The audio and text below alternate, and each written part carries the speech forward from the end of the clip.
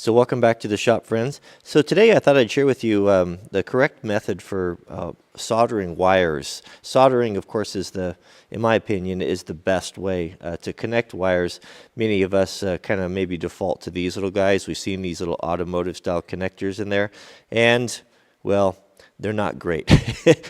Just go look at your trailer after a couple of years being outside using these. You know, they're not ideal. The ideal way though is to solder. It's a little intimidating, I think, by a lot of folks because maybe you don't have the equipment or you've had bad luck with it.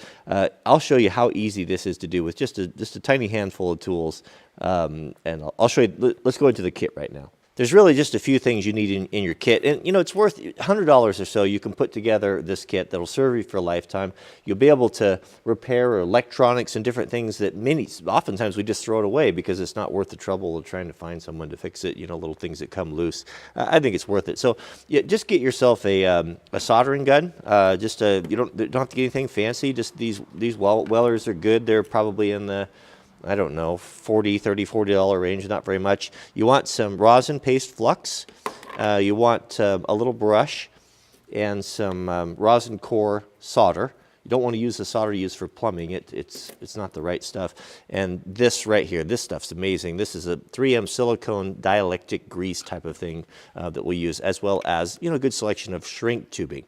So let's show you how to prep it, and then we'll go through the whole process here. Do yourself a favor and get a couple of these alligator clips. You don't have to have those fancy stands, you know, if you're just doing this once in a while. Take 2 alligator clips and clamp them in your vise like this. Now, some of these alligator clips have a pretty tight spring on them, so take some shrink tubing on the ones you're going to keep in your kit and just melt it on there, and that way they won't mess up your wire. And this is going to hold things securely, and you're just going to get a whole lot better job. Okay, so for joining the wire, there's a couple different ways of doing it, but what I have found to be the best, and this is what Granddad always did it, is you fray the ends of the wire like this. You kind of splay them out like this and join them so they intermingle, kind of mesh like fingers together.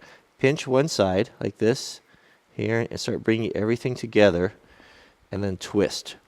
Twist this side here, and then twist this side over here like that. And that's going to give you the cleanest, the smallest, because we're going to shrink. If this is going to be something that's exposed and we're going to put our shrink tubing on there, it's going to be a little more low profile and look a little better. Now we can clamp it into our jaws and get everything ready for the solder. I don't think I mentioned you want a damp sponge too. Just any sort of old worn out sponge would be fine. Now with everything ready, you're going to take your rosin flux, right, and we're going to apply that on there like that. So just coat that on there, and that's going to help that solder to bind. Probably wouldn't be a bad idea to have heated that up first. And then we're going to get our soldering iron and untangle the cord that hooks on everything. Okay, so this shouldn't take long to heat up. So what we're going to do is we're going to put that on there like that, just until that flux starts to melt in, that rosin, and it starts to melt down inside the wires there, right? And then Granddad always said you touch the end of that there to tin it. I don't know why, I just always have. And we're going to heat from the bottom, and we're going to start heating that up until this melts. Now we don't want to touch the solder to the iron. Oh, that took a long time to heat up there. There we go. Now it's sucking in there just like that. We don't put so much on there that it's going to you know, drip off, and don't try to dribble it on there. I could probably use a little bit more right there. There we go. That's all. That solder joint looks pretty good. Now remember, this is marginal advice, so take it for what it's worth. Now we want to waterproof this. This is where we're going to use the 3M silicone paste. Having this in your shop, anytime you put together electrical connectors or anything like that, is so good. It's so good. And we'll just put a little bit of that on there like that. And then, now we're going to do our shrink tubing. Now, I'm going to use a piece of clear shrink tubing just so you can kind of see what's going on and what a great connection that this is.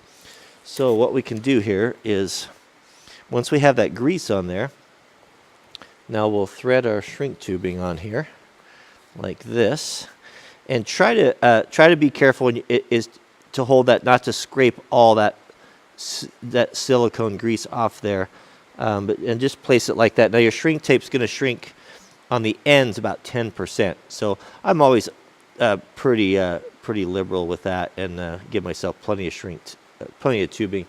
Now you can use, I'm going to use a heat gun. You don't have to use a heat gun. You can use a lighter. You can use a torch. Problem with the lighter and the torch is if you're not really careful, it will tend to burn the wire in the housing. Start from the middle. You're going to start from the very middle, and you'll see that that's starting to shrink right there. And then work to the outside edges.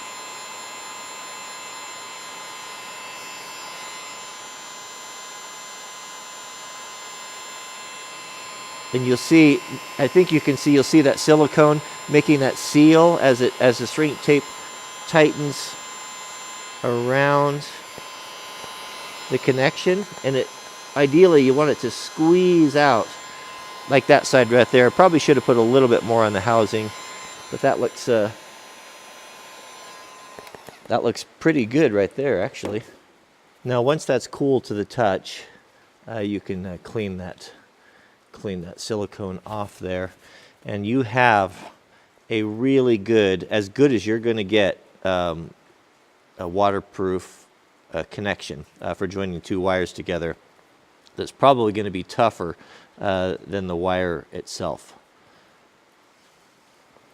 So that's all there really is to it for connecting those. And that again, that's going to be your best connection. If you can take a little bit more time and you can solder these with a shrink tape instead of using those blue automotive style connectors, you're most likely not going to have to go back and redo your electrical work, especially for stuff that's going to be sitting outside like trailers, or especially boat trailers, or there's a lot of water and spray on those, and it's pretty hard on electrical stuff. So what I'm going to do, so I was going to add, a lot of folks have been asking, what happened to Wrangler Mart? Wrangler Mart was our Amazon affiliate store where I put the things that I like. People often ask, what do you recommend? What do you like for, what's that shirt, or what pocket knife you like, or what camera equipment you're using? And then they shut down the stores. Well, we've got a new one now. They've started a new program, and I will put a link to that down in the subject heading. The wranglermart.com will go over there. I'm forwarding those addresses. What I'll do is, because I know I'll get a lot of questions about this, I'll do affiliate links. Affiliate links are a way for us to support the channel. If you buy something on Amazon that I feature in the video, we get a small percentage from that, and it helps us to fund the channel. It doesn't cost you any more than what you'd normally buy it for, but it's just a way of helping creators out. So what you're going to want for your electrical kit, just basic stuff, is a soldering iron. I'll put one there that's good quality and not too expensive, and a heat gun. When you're buying a heat gun, make sure you get one that stands on its own, that's got some feet on it. Like this one here will sit like this on your bench. That way you can work on it hands-free. So if you're heating stuff or like that, to have two hands and have it so you don't have to clamp it in the vise is actually pretty nice. So those are the two main things right there. I'll put the flux, the silicone paste. You definitely want some of that. That's a must-have. That's like the WD-40 of electrical work, and solder and shrink tape.